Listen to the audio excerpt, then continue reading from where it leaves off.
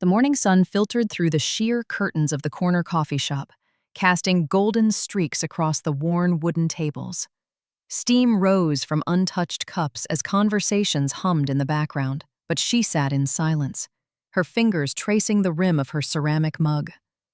Her dark hair cascaded over her shoulders like a waterfall of silk, reaching almost to her waist. Hair that had never known the bite of scissors, hair that had been her crown for 23 years. But today, something was different. Today there was a restlessness in her eyes, a hunger for change that had been building for months. Her days had fallen into a predictable rhythm. At 6:30 a.m., she would wake in her small studio apartment overlooking the busy street below. The first thing she did every morning was brush her hair. 100 strokes, just as her grandmother had taught her. The ritual took nearly 20 minutes, sectioning the heavy mass, working through each tangle with patient precision. She worked as a junior graphic designer at a mid-sized marketing firm downtown. Every morning, she would carefully braid her hair or twist it into an elaborate bun, securing it with the collection of vintage hairpins she'd inherited. Her colleagues knew her as the quiet one, the girl with the beautiful hair who sat by the window sketching designs between client meetings. Her evenings were spent in solitude mostly. She would return to her apartment, let her hair down, and feel the weight of it against her back as she moved through her simple dinner routine. Sometimes she would stand before her bathroom mirror, running her fingers through the length of it, wondering what it would feel like to be free of its weight. She had no close friends to speak of, acquaintances from work, a few neighbors who nodded politely in the hallway. Her weekends were quiet affairs, reading in the park, visiting art galleries alone, taking long walks through the city streets where she would observe other people's lives from a distance. But lately, the mirror had begun to feel like a prison. The hair that had once been her pride had become a burden, a symbol of everything that felt stuck in her life. Also, was on this particular morning as she sat in her usual corner of the coffee shop that he walked in. Tall, confident, with the kind of easy swagger that suggested someone comfortable in his own skin. His hair was short, stylishly messy, and there was something about the way he moved that made her look up from her untouched latte. He was probably in his late 20s, wearing a leather jacket over a simple white t-shirt. A camera hung from his shoulder. Clearly a photographer, she thought. He ordered his coffee with a warm smile for the barista, his voice carrying just enough of an accent to make her wonder where he was from. And then, impossibly, he was walking toward her table. "Mind if I sit?" he asked, gesturing to the empty chair across from her. "Everywhere else is taken." She glanced around the half-empty cafe and realized he was lying, but something in his eyes made her nod anyway. "Sure," she said quietly, her voice barely above a whisper. He settled into the chair with fluid grace, setting his coffee down and studying her face with an intensity that made her self-conscious.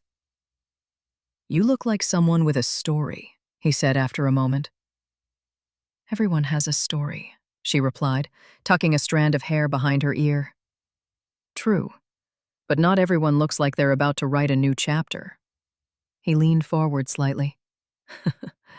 "I'm Marco, by the way. Marco Chen. 28, photographer, perpetual wanderer." She hesitated. I work in graphic design." "That's what you do, not who you are." His smile was gentle but probing.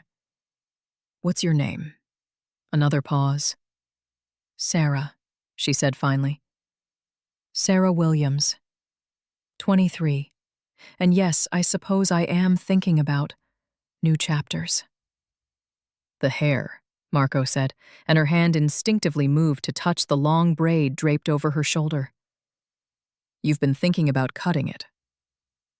It wasn't a question, and the accuracy of his observations startled her. "How did you?"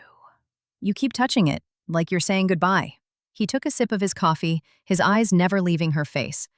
"I've photographed a lot of transformations. There's always this look people get right before they make a big change. You have that look." Sarah felt her heart rate quicken.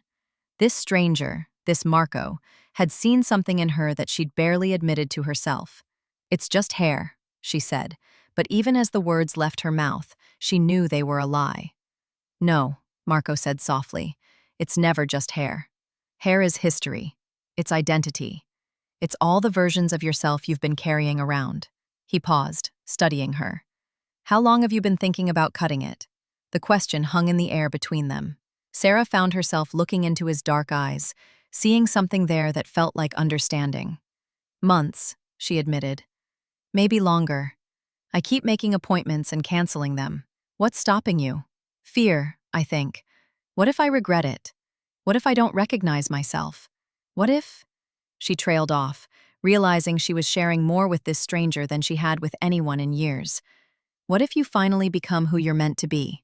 Marco finished gently. The words hit her like a physical force. She sat back in her chair, her hand still unconsciously stroking her braid. I don't even know who that is, she whispered. Then maybe it's time to find out. Marco reached into his jacket and pulled out a business card. I have a friend. Best hairstylist in the city. If you decide you're ready. Sarah stared at the card in his outstretched hand. Such a small thing, but it felt like he was offering her a key to a door she hadn't even known existed.